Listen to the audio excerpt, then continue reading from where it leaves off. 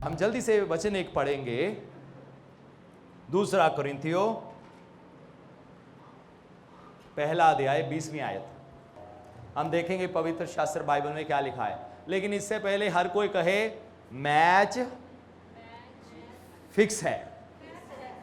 आप इसका मतलब समझते हो क्या होता है?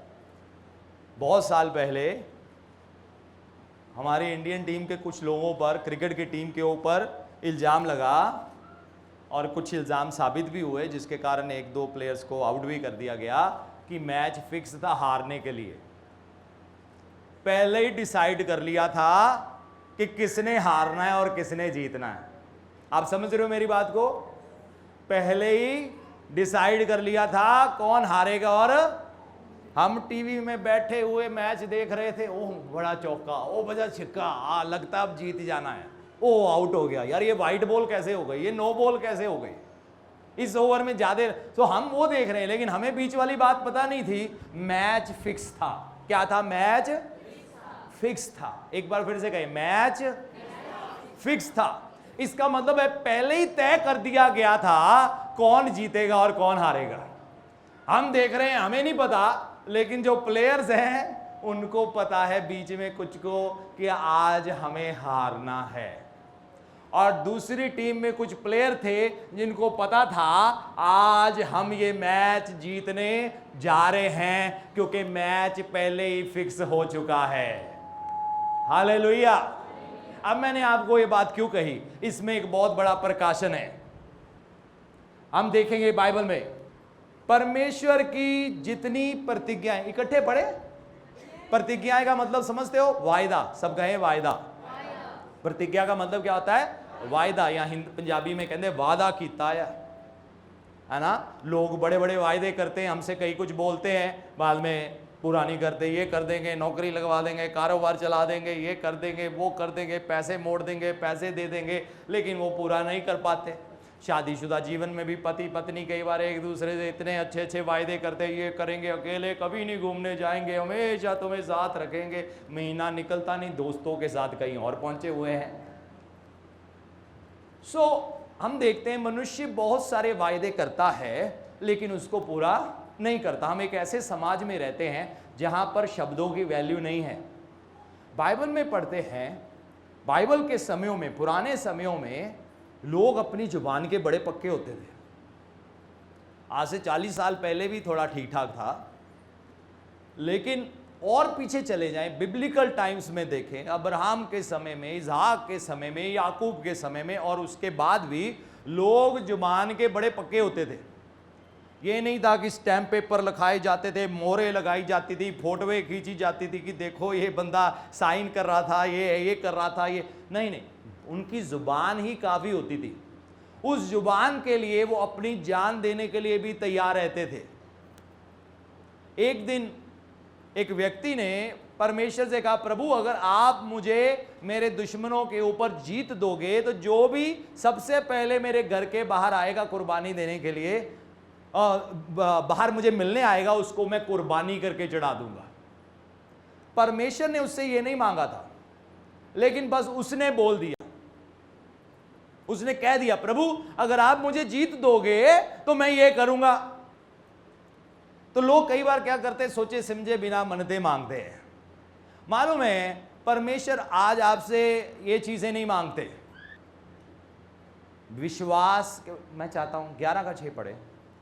यहां पर हम वापस आएंगे, लेकिन मेरे लिए जरूरी है जो मैं विषय पर जा रहा हूं मैं आपको वो अच्छी तरह समझाऊं।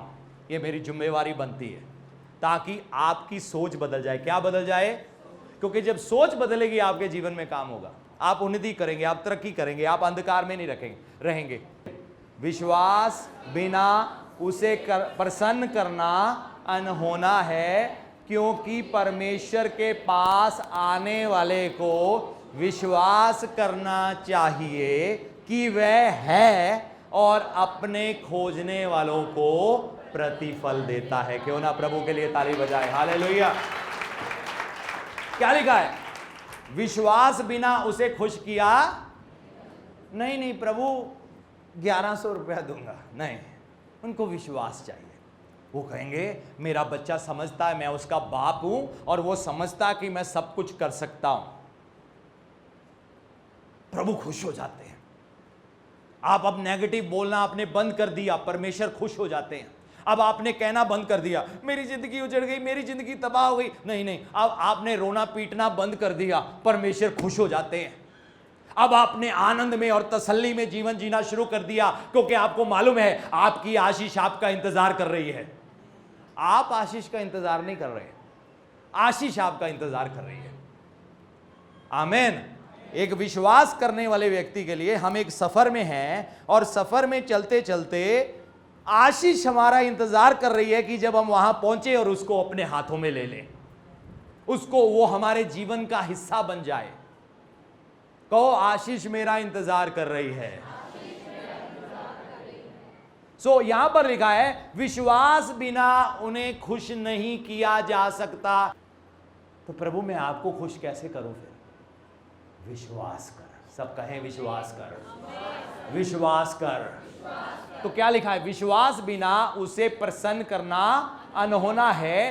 क्यों अनहोना? यानी कि नामुमकिन है, असंभव है। आप परमेश्वर को खुश कर ही नहीं सकते अगर आपके अंदर विश्वास नहीं है। आप हजारों घंटे प्रार्थना कर लो, हजारों घंटे बाइबल पढ़ लो, हजारों दिन कलीसिया में आ जाओ, लेकिन अगर आपके अंदर विश्वास नहीं है, परमेश्वर खुश नहीं है।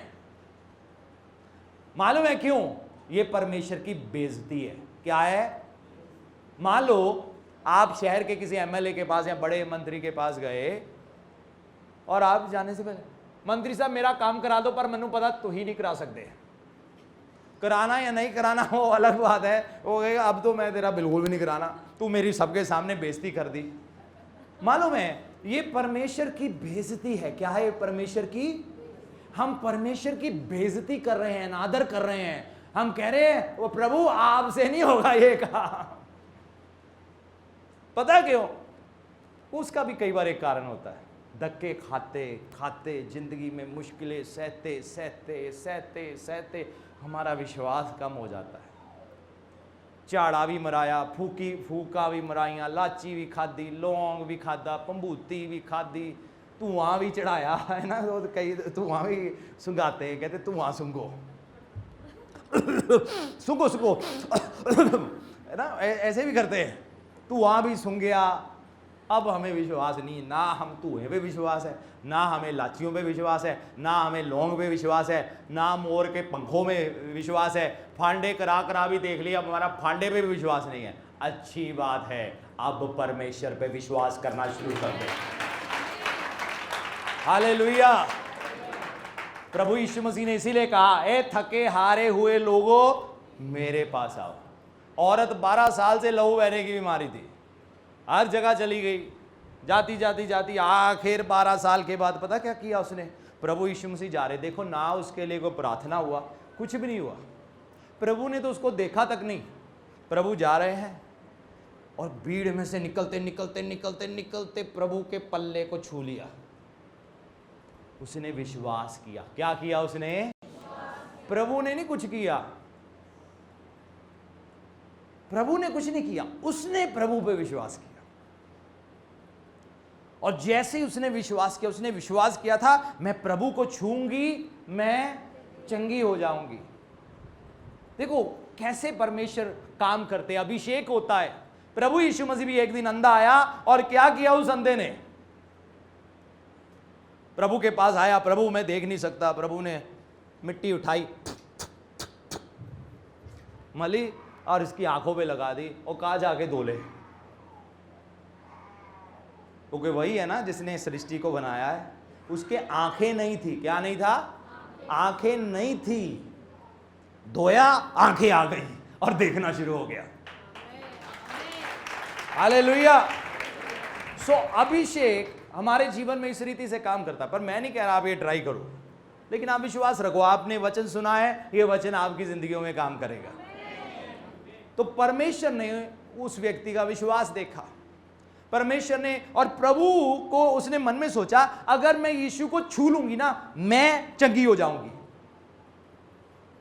यीशु मसीह जा रहे हैं, भीड़ में से जाती प्रभु को छू लिया और जैसे छुआ वो चंगी हो गई और प्रभु खड़े हो गए। प्रभु कहते मुझे किसने छुआ? चेले कहते प्रभु सैकड़ों हजारों लोग हैं, कभी आपको इधर से कोई छूता है कोई। कहते नहीं नहीं, कोई है जिसने मुझे विश्वास से छुआ है। कैसे छुआ है? प्रभु कहते कोई है। और वो औरत डरी हुई थी। मालूम है क्यों?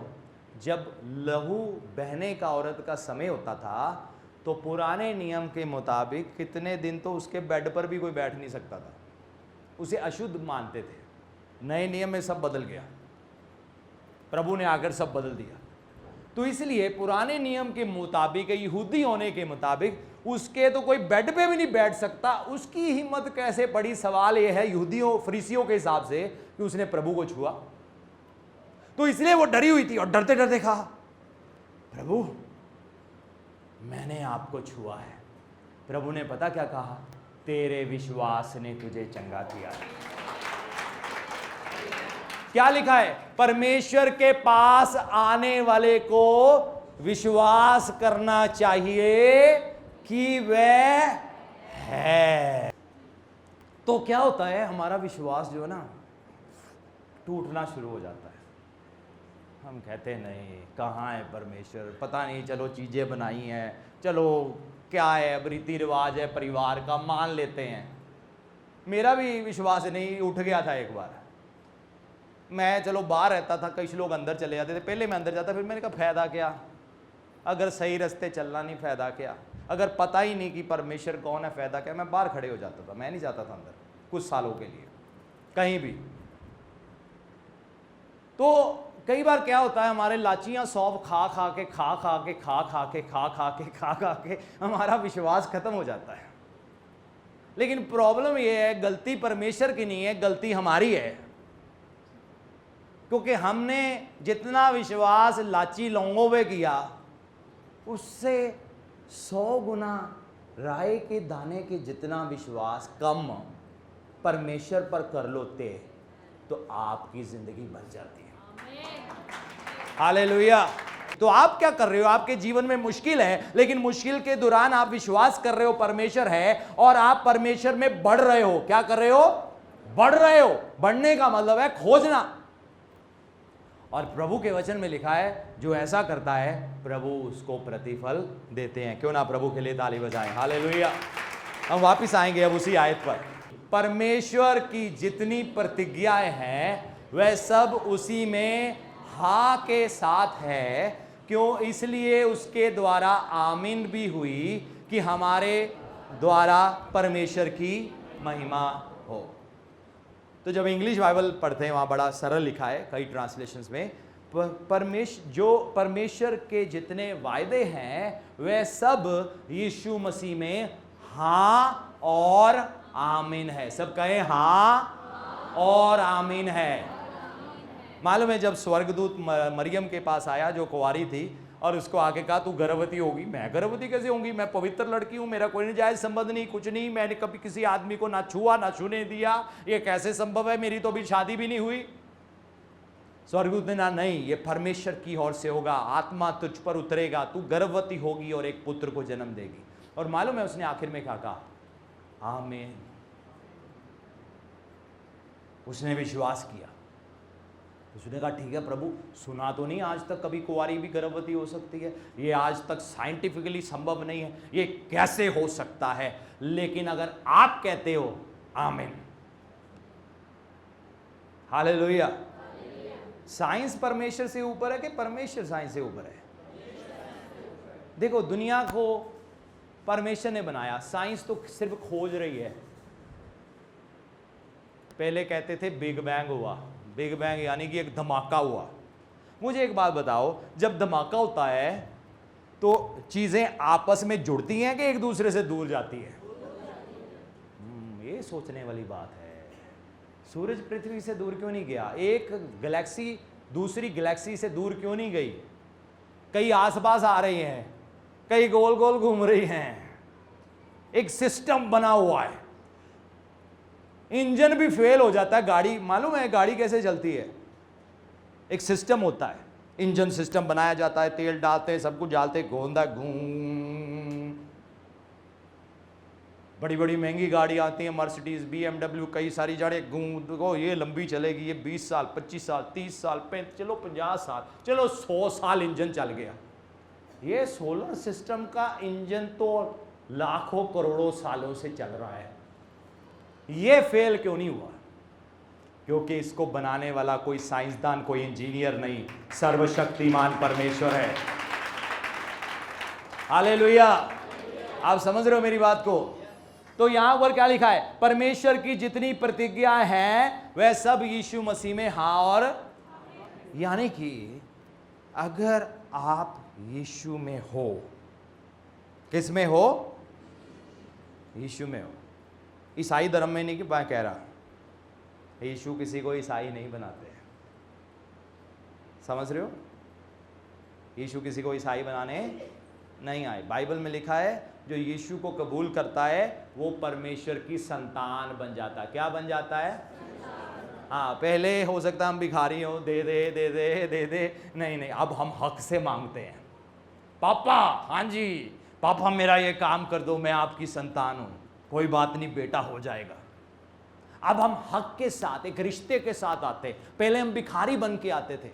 मेरे बच्चे मेरे पास आए ना, मेरा कमरा खड़काए, रूफस नीचे लेटा हो, पापा पापा 1 रुपया दे दो पापा, एक थप्पड़ लगाऊंगा। क्या हुआ तुझे? तू बेटा है, भिखारी नहीं है। क्या है? हम परमेश्वर के, जब हम प्रभु यीशु मसीह को जीवन में ग्रहण कर लेते हैं, हम, बाइबल में लिखा है हम परमेश्वर की संतान बन जाते। सब कहे संतान बन जाते हैं। ईसाई नहीं बनते। दुनिया ईसाई बोलती है हमें। कौन बोलता है? एक मिनट, प्रूफ चाहिए? खोलो जरा बाइबल, प्रेरितों के काम। क्योंकि आज इन दिनों में बहुत सारे लोग हैं यूट्यूब पर आकर, फेसबुक पर आकर तरह तरह की बातें बोल रहे हैं। पैसे दिए, ये किया, वो किया। आपसे तो हम हर हफ्ते पैसे मांगते हैं। जब से यहाँ चर्च शुरू हुआ है तब से ऑफरिंग ले रहे हैं। पहले पीछे भी बॉक्स लगा हुआ है, पीछे डोनेशन का बैंक अकाउंट भी है, QR कोड भी दे दिया है। लाओ, प्रभु के राज्य में, प्रभु के कामों में बहुत सारी जरूरत है। खोलो जरा उस वचन। जब उनसे मिला तो उसे अंताकिया में लाया, और ऐसा हुआ वे 1 वर्ष तक कलीसिया के साथ मिलते और बहुत सारे लोगों को उपदेश देते रहे। तो बहुत सारे लोगों को प्रभु के बारे में बताया, बहुत सारे लोगों ने प्रभु को कबूल किया, विश्वास किया, तौबा किया, बपतिस्मा लिया।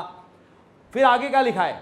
और चेले सबसे पहले अंताकिया ही में मसीही कहलाए। तो अब वचन तो कितने लंबे समय से प्रचार हो रहा था। कब से लोग तौबा कर रहे थे, यीशु पर विश्वास करके बपतिस्मा ले रहे थे। ये सब तो बड़ी देर से हो रहा था। लेकिन अब अंताकिया में जब लोगों ने देखा, अच्छा ये लोग पता कौन है? ये मसीही है। अच्छा मसीह है? हाँ मसीह है, ये मसीह है, ये मसीह है। तीसरे ने कहा ये क्रिश्चियन है, चौथे क्रिश्चियन है, पंजवें ने कहा क्रिश्चियन है, छवें ने कहा। करते करते करते करते बात फैल गई और बहुत सारे विश्वास करने वालों ने कहा ठीक है हम क्रिश्चियन हैं। लेकिन परमेश्वर ने नहीं कहा कभी भी। आप समझ रहे हो मेरी बात को? दुनिया ने विश्वासियों को देखा और कहा ये क्रिश्चियन है, और वहां से ये शब्द चल पड़ा बहुत लंबे समय के बाद। लेकिन हम एक और वचन देखेंगे, यूहन्ना 1:12। परंतु जितनों ने उसे ग्रहण किया उसे उन्हें परमेश्वर के संतान होने का अधिकार दिया है। हालेलुया। मैंने पता क्या कहा? मैंने कहा जितनों ने उसे ग्रहण किया। किसको? यीशु मसीह को। उसने उन्हें परमेश्वर की संतान होने का अधिकार दिया, अर्थात उन्हें जो उसके नाम पर विश्वास करते हैं। क्यों ना ताली बजाए परमेश्वर के लिए। मैंने कहा मैं अपने आप को परमेश्वर का बेटा बोलता हूं। कहूं मैं परमेश्वर की बेटी हूं, बेटा हूं। किसका बेटा है? गुरपज ने कहा। इन मेरे पापा को, इन जो बड़े थे या मेरे ताया जी थे, बुआ थे ना, गुरपज ना ऐसे करके बोलते थे। मेरे पिताजी का पूरा नाम गुरपजन सिंह शाही था। तो ऐसे बोलते थे।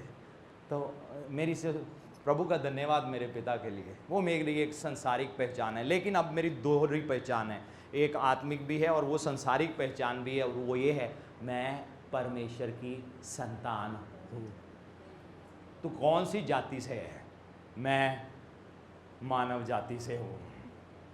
नहीं, तो कौन सी बैकग्राउंड, जाति भी अलग होती, ब्रीड मेरी ब्रीड पूछनी है, वो तो जानवर की होती, चलो ब्रीड। मैं परमेश्वर की ओर से हूँ, परमेश्वर की तरह हूँ। परमेश्वर ने मनुष्य को अपने स्वरूप में बनाया। Hallelujah, hallelujah, hallelujah. किसके स्वरूप में बनाया? कुत्ते के स्वरूप में नहीं बनाया, बिल्ली के स्वरूप में। प्रभु ने कहा अब मैं इंसान को अपनी तरह बनाऊंगा। गोरा बनाया, काला बनाया, जैसा बनाया अच्छा बनाया। हालेलुया।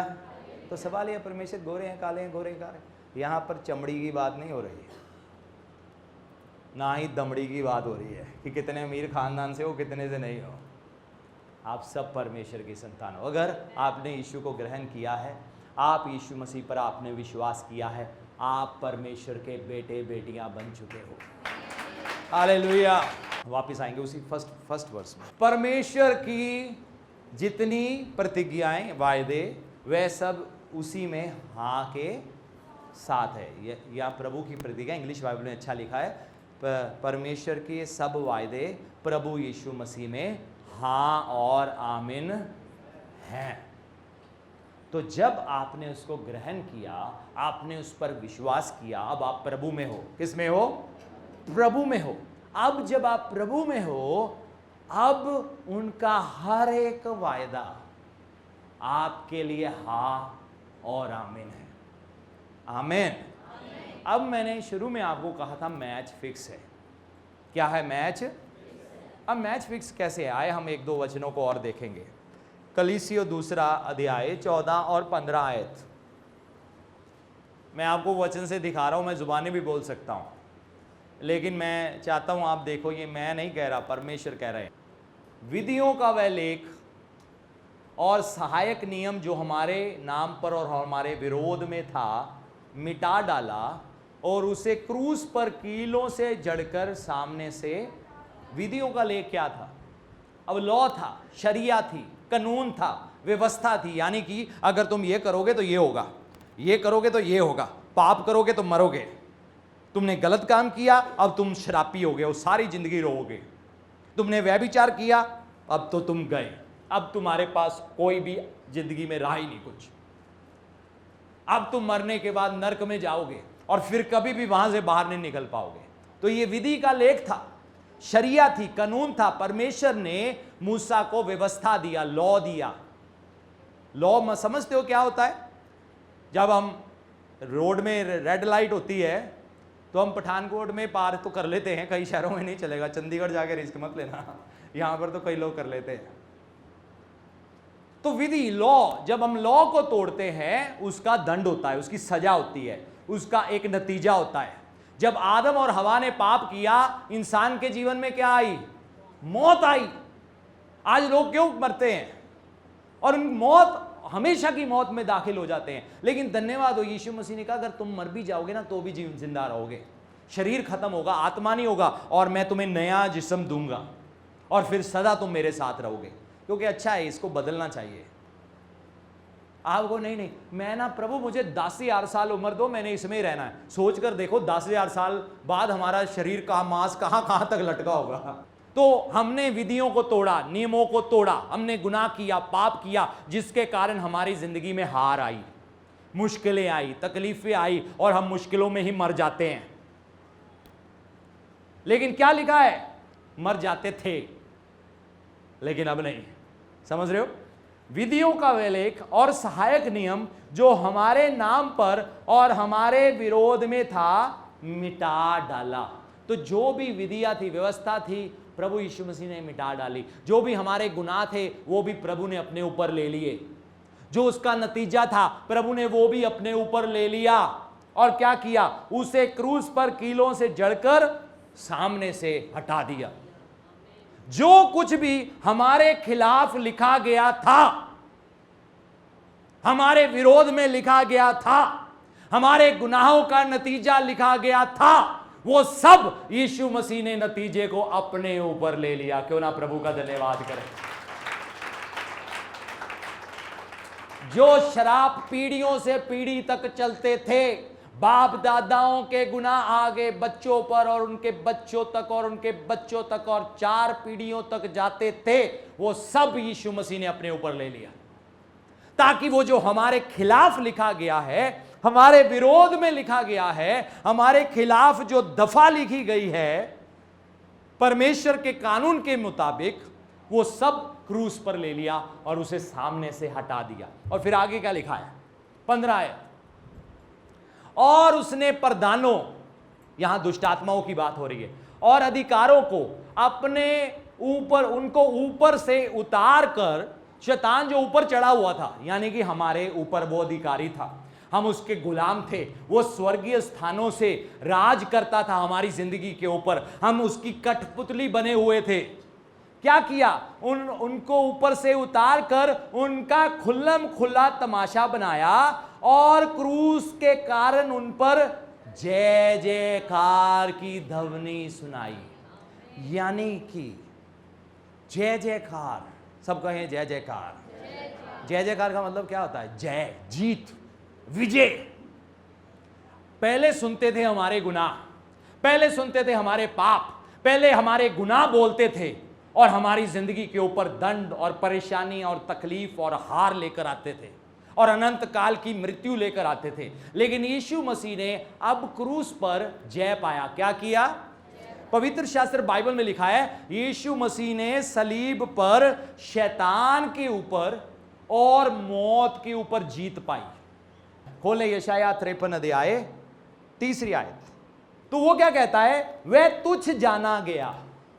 यानी कि लोगों ने ना उसको कहा, ये कौन आ गया? ये नया धर्म बनाने आया? ये कौन आया? ये हमारा काम खत्म करने आया? ये हमारा काम चौपट करने आया? क्योंकि बहुत सारे धर्म गुरु यीशु मसीह के खिलाफ हो गए थे, क्योंकि भीड़ अब उनके पीछे चल रही थी। तो वो हमेशा इल्जाम ढूंढते थे, इल्जाम लगाओ, इल्जाम लगाओ, इल्जाम लगाओ, इल्जाम लगाओ, ये जबरदस्ती करता है, ये शैतान इस्तेमाल करता है, ये करता है, ये वो करता है, ये लोगों को गुमराह करता है, भरमाता है, ये करता है। केसर को केसर ये तेरे खिलाफ है, ये तेरा तख्ता पलट कर देगा, ये राजा बनने आया। हर समय यीशु मसीह के खिलाफ दोष ढूंढते थे, जैसे आज भी ढूंढा जाता है। तो बाइबल में लिखा है, वह तुच्छ जाना जाता और मनुष्य का त्यागा हुआ था। इसीलिए यूहन्ना रचित सुसमाचार में लिखा है, वो अपनों में आया लेकिन उसके अपनों ने उसको कबूल नहीं किया। जिसको उसने बनाया वो ही इतने अंधे हो चुके थे, पहचान ही नहीं सके ये कौन है हमारे बीच में। जो यहोवा परमेश्वर है वो यही तो है, क्योंकि यीशु मसीह ने कहा, जिसने मुझे देखा उसने पिता को देखा है। मनुष्य का त्यागा हुआ था। फिर लिखा है दुखी पुरुष था, मनुष्य बन गया। फिर रोग से उसकी जान पहचान थी, लोग उससे मुंह फेर लेते थे। मालूम है, प्रभु यीशु मसीह जब चिन्ह और चमत्कार करते थे ना, हजारों लोग आते थे, हजारों की भीड़। लेकिन जब क्रूस पर जाने का टाइम आया ना, सारे उनको त्याग गए। हमारे विश्वास का तब नहीं पता लगता जब सब कुछ ठीक ठाक है, जब विरोध होता है, जब रुकावट आती है, जब मुश्किलें आती है विश्वास के कारण। हम नहीं बुलाएंगे, हम छोड़ देंगे, तब पता लगता है हम कितने बड़े विश्वासी। क्या लिखा है? लोग उससे मुख फेर लेते थे, वह तुच्छ जाना गया, मतलब कि उसको हल्के में लिया और हमें उसका मूल्य ना जाना। हमने जाना नहीं ये कितना बहुमूल्य है यीशु मसीह। फिर आगे क्या लिखा है? निश्चय उसने हमारे रोगों को, जब यीशु मसीह क्रूस पर थे ना, वो उन कीलों का दर्द ही नहीं सह रहे थे, वो हमारे रोगों को भी क्रूस पर सह रहे थे। लीवर की बीमारी, किडनी की बीमारी, गोडे का दर्द, पैर का दर्द, सिर का दर्द, हर्निया की प्रॉब्लम, कुछ भी कैंसर की प्रॉब्लम, ये सब अब यीशु मसीह पर आ गया था।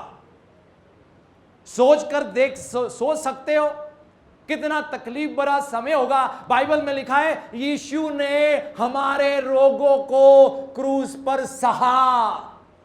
जे विधियों का लेख हमारे खिलाफ लिखा गया था और उसके कारण अब हमें अपनी बीमारी में ही बने रहना था, यीशु मसीह ने वो सब अपने ऊपर उठाया और हमारी बीमारियों के दर्द को भी बर्दाश्त किया।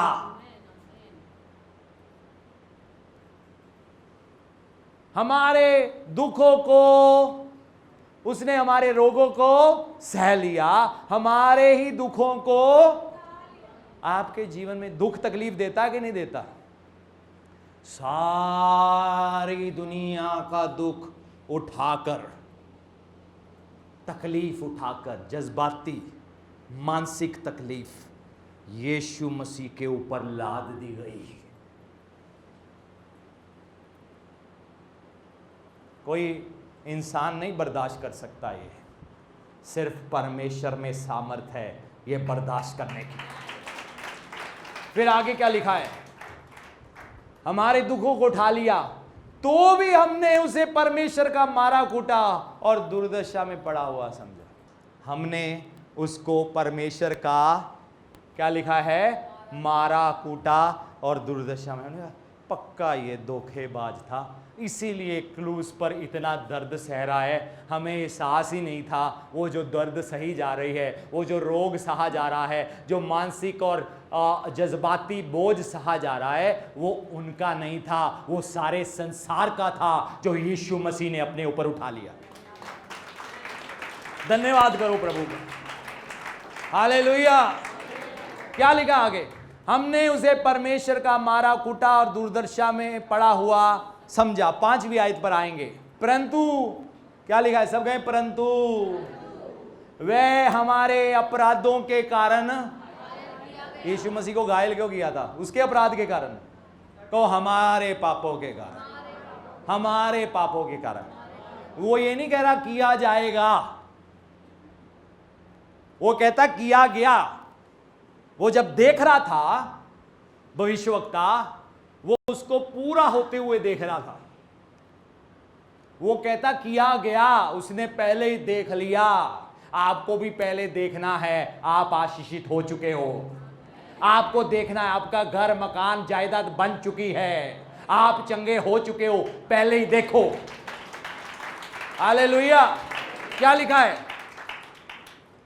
अपराधों के कारण घायल किया गया, हमारे अधर्म के कामों के कारण कुचला गया। उसको खींचा, उसकी दाढ़ी को नोचा जोर से,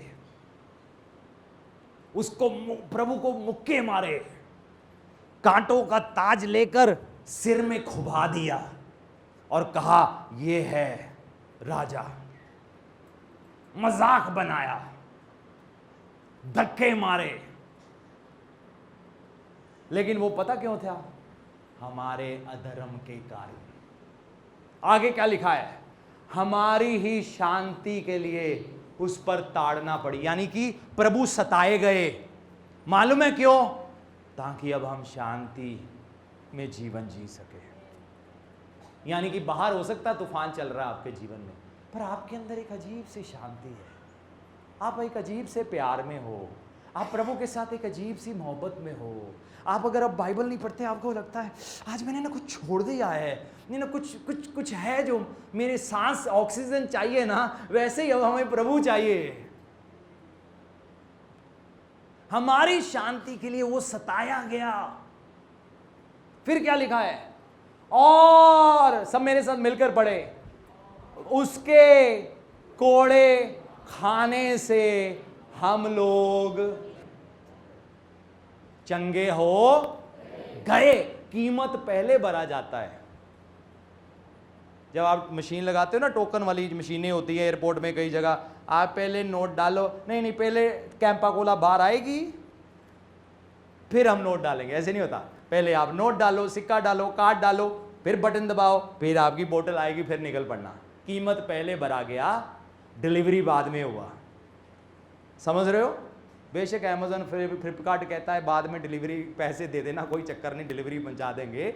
लेकिन किंगडम ऑफ गॉड में, प्रभु के राज्य में क्या हुआ? पहले कीमत भरा गया, और अब हम उसकी डिलीवरी ले रहे हैं, मानसिक शांति ले रहे हैं, शारीरिक चंगाई ले रहे हैं, पापों से क्षमा ले रहे हैं, शराबों से छुटकारा ले रहे हैं। क्यों ना प्रभु के लिए ताली बजाए, हालेलुया। उसके कोड़े खाने से हम चंगे हो गए, तो कीमत पहले भर दिया गया। तो आपके जीवन में अगर आज कोई भी मुश्किल है, उसका फाइनल रिजल्ट प्रभु पहले ही तय कर चुके हैं, और वो विजय है, हार नहीं। बाइबल में लिखा है प्रभु यीशु मसीह ने क्रूस पर शैतान को हराया। इसका मतलब है वो हार चुका है। सब कहें शैतान हार चुका है। उसके लिए हार प्रभु यीशु मसीह ने अपने लहू से साइन कर दिया है कि अब उसने हारना ही हारना है, उसको कोई बदल नहीं सकता। और प्रभु पर विश्वास करने वालों ने अब जीतना ही जीतना है, उस पर को उसको भी कोई बदल नहीं सकता। 2000 साल पहले 12 थे, सब कहें 12 थे। 11 को मार दिया, एक को पटमस के टापू में छोड़ दिया। अब देखते हैं ये किसको प्रचार करेगा। 2000 साल पुरानी बात कर रहा हूँ। जो बाकी विश्वासी थे, रोमी सम्राट ने जेलों में डरवाया, कटाया, आरों से काटा, बालुओं के वो आगे डाला, शेरों के आगे डाला। ये किसी तरीके राजा कहता है रोमी सम्राट, ये यीशु का नाम मिटाओ, ये नहीं होना चाहिए कहीं भी। एक ही इनका प्रभु है और वो है रोमी सम्राट। तो ये सम्राट लोग अपने हिसाब से मूर्तियां बनवाते थे या अपनी मूर्तियां बनवाते थे और लोगों से अपनी पूजा करवाते थे। तो इस तरीके वो आम जनता के ऊपर शासन करते थे। उनको करना ही पड़ता था, लोगों को झुकना ही पड़ता था राजाओं की मूर्तियों के सामने। तो रोमी सम्राट ने भी बहुत सारी अपनी मूर्तें बनाई थी। बेबीलोन के सम्राट ने भी मूर्ति बनवाई और लोगों को कहा अब इसके छोड़ कोई और किसी मूर्ति के सामने नहीं झुकेगा। तो ये रहा, जब नया राजा आता था पहली मूर्तियां खत्म कराता था, फिर नई लगवाता था, फिर अगला आता था वो उसकी मूर्तियां खत्म कराता था, फिर नई मूर्तियां लेकर आता। तो जो भी राजा लोग आते थे वो इस रीति से करते थे। ये इतिहास है, ताकि पब्लिक उनके लिए बनी रहे, पब्लिक उनको पूजनीय समझे, पब्लिक उनको रिस्पेक्ट दे, आदर दे, ऑनर दे और परमेश्वर के समान समझे। तो क्योंकि जब एक बार परमेश्वर के समान उनको समझ लिया, फिर पब्लिक उनको धोखा नहीं देगी। तो रोमी सम्राट ने कहा मिटा डालो लोगों को। बड़े हजारों हजारों लोगों को, छोटे छोटे बच्चों को मारा। लेकिन प्रभु का काम था, कहाँ रुकना था। आज दुनिया में 350 करोड़ से ज्यादा लोग यीशु मसीह पर विश्वास करते हैं। हालेलुया। यीशु मसीह में हर एक वायदा, हर एक प्रॉमिस, आपकी जय, आपकी विक्ट्री, आपका आगे चलना, बढ़ना, हाँ और आमीन है। मालूम है दुनिया के जिन भी देशों ने यीशु मसीह पर विश्वास किया, पूंछ नहीं बने, सर बने। हालेलुया।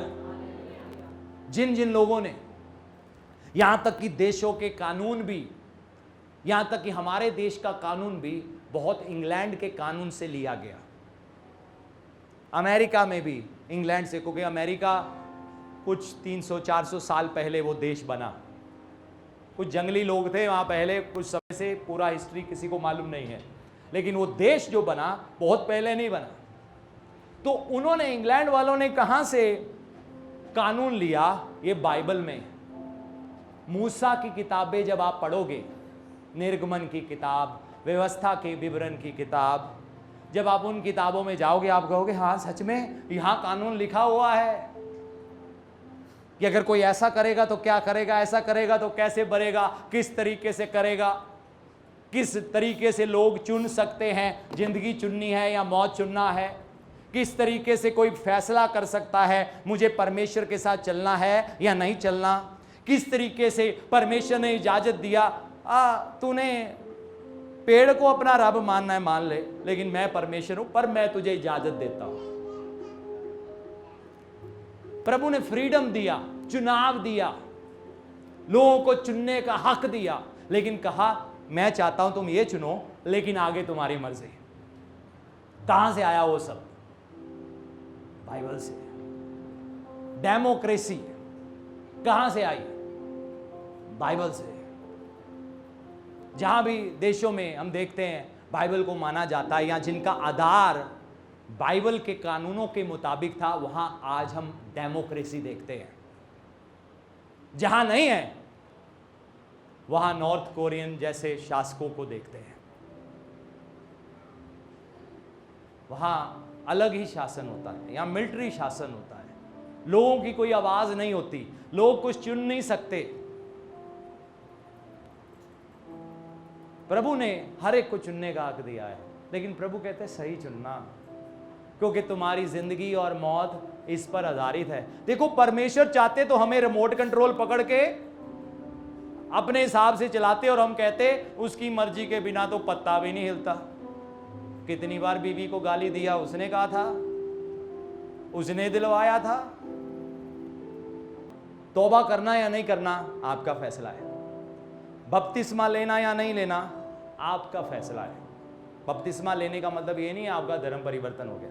प्रभु हमें कोई नए धर्म में जोड़ने के लिए नहीं आए, हमें अपने साथ जोड़ने के लिए आए, हमें अपनी संतान बनाने के लिए आए, हमें जातिवाद और ये धर्मों के इस घेरे में से प्रभु हमें आजाद करने के लिए आए, ताकि अब हम वो मनुष्य बन जाएं जैसा परमेश्वर चाहते थे, जो एक दूसरे से प्यार करें, बिना किसी धर्म के दायरे के, बिना किसी बॉर्डर के दायरे के, बिना किसी जाति पाति के दायरे के। हालेलुया।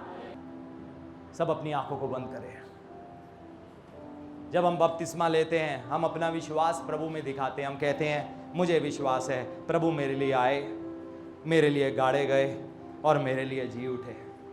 यानी कि जब हम पानी में गए, वो इस बात को दर्शाता है प्रभु मेरे लिए ज़मीन में गए, मेरे लिए कब्र में रखे गए।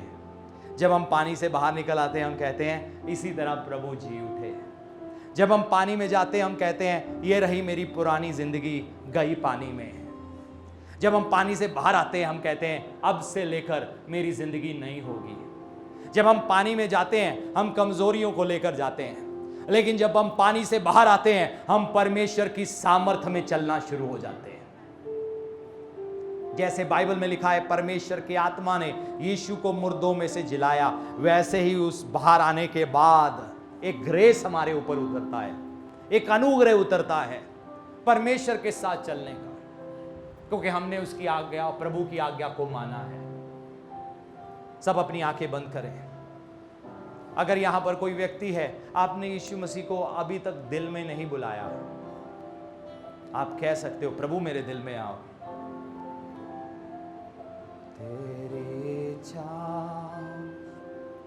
पूरी हो जाए, हाथों में तेरे जीवन मेरा, तेरी इच्छा। प्रभु को अपना दिल सौंपो, प्रभु को अपनी जिंदगी सौंपो, प्रभु को कहो मेरा दिल ले लो, प्रभु मेरी जिंदगी ले लो, मेरे दिल में आ जाओ। आज से लेकर मेरा विश्वास आप पर है। मुझे विश्वास है आप मेरे लिए मरे और तीसरे दिन जीवित हो गए। बोले अपने मुंह से, बोले अपने मुंह से। दिल से हम विश्वास करते हैं, मुंह से अंगीकार करते हैं। कहें प्रभु मुझे विश्वास है आप इस दुनिया में मेरे लिए आए, मरे और तीसरे दिन जी उठे। प्रभु मेरे दिल में आ जाओ, मेरी जिंदगी में आ जाओ, मुझे आपकी जरूरत है। मेरे लिए क्रूस पर लहू बहाने के लिए धन्यवाद, धन्यवाद। आपका हर एक वायदा हाँ और आमीन है। मेरी तरक्की के लिए, मेरी उन्नति के लिए, मेरी चंगाई के लिए, मेरे छुटकारे के लिए, मेरी सुरक्षा के लिए, मुझे शैतान के हर एक बंधन से छुड़ाने के लिए, उसके हर एक अटैक से बचाने के लिए, भविष्य में जो भी होने जा रहा है उससे भी मेरे बचाव के लिए आपने पहले ही विजय घोषित कर दिया है। कोई भी शैतान का हथियार तुम्हारे खिलाफ प्रबल नहीं होगा, पहले से ही फिक्स है। तुम पूंछ नहीं सर बनोगे, पहले से फिक्स है। आज के दिन मैं तुम्हें आशीष दूंगा, पहले से फिक्स है। उसके मार खाने से हमने चंगाई पाई, पहले से फिक्स है। मैं तेरा साथ कभी ना छोड़ूंगा, पहले से फिक्स है। तेरी कमजोरी में मैं तेरा बल बन जाऊंगा, पहले से ही फिक्स है। पहले से ही परमेश्वर ने आपकी जिंदगी के लिए रिजल्ट घोषित कर दिया है, आपको सिर्फ विश्वास से ले लेना है।